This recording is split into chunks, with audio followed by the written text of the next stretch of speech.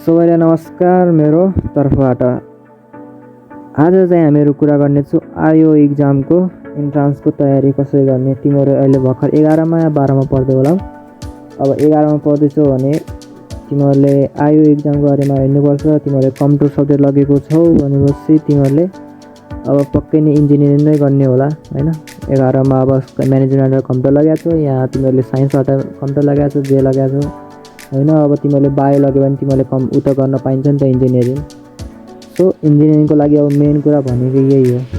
Main कुरा भनेको यो आयो इन्ट्रान्स हो, सबैभन्दा ठुलो इन्ट्रान्स अब इन्जिनियरिङको। अब त्यसमा चाहिँ हामीहरूले के ध्यान दिनुपर्छ भनेपछि 100 मार्क्सको चाहिँ हाम्रो आयो इक्जामको इन्ट्रान्सको मार्क्स हुन्छ 100 मार्क्स। अनि त्यहाँबाट 2 घन्टाको पेपर हुन्छ। अनि नेगेटिभ मार्किङ चाहिँ -0.05 हुन्छ। त्यसको मतलब तिमीहरूले 20 क्वेसन रङ गर्यो भने तिमीहरूको 1 मार्क्स काटिन्छ। सो अनि फेरि सब्जेक्ट चाहिँ तिमीहरू कताबाट आउँछ भनेपछि math, physics, chemistry and English.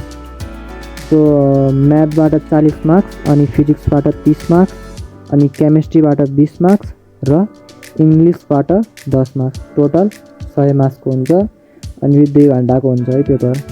त्यसैले तिमीहरूले अहिलेबाट तयारी गरेर राख्ने। 11बाट त गर्नु पर्दैन, 11को लास्टबाट तयारी गर्ने, 12बाट राम्रोसँग तयारी गर्ने तिमीहरूले। अनि फेरि सो तिमीहरूले तयारी गर्ने र राम्रोसँग पढ्ने। 11-12मा 11मा ध्यान दिने। अनि फेरि 11मा अब यस्तै कुराहरूमा नयाँ कुराहरू भन्ने चाहिँ तिमीलाई कसरी अब यसपछि म भन्छु आयो इक्जाममा कसरी तयारी गर्ने सबै कुरा सिकाउने छु। त्यसैले सब्सक्राइब गर्ने होइन। आयो इक्जामको लागि र इन्ट्रान्सको लागि र इन्जिनियरिङको लागि र फ्युचरको डक्टरको लागि हस्। त्यहाँ शुभ रहोस्।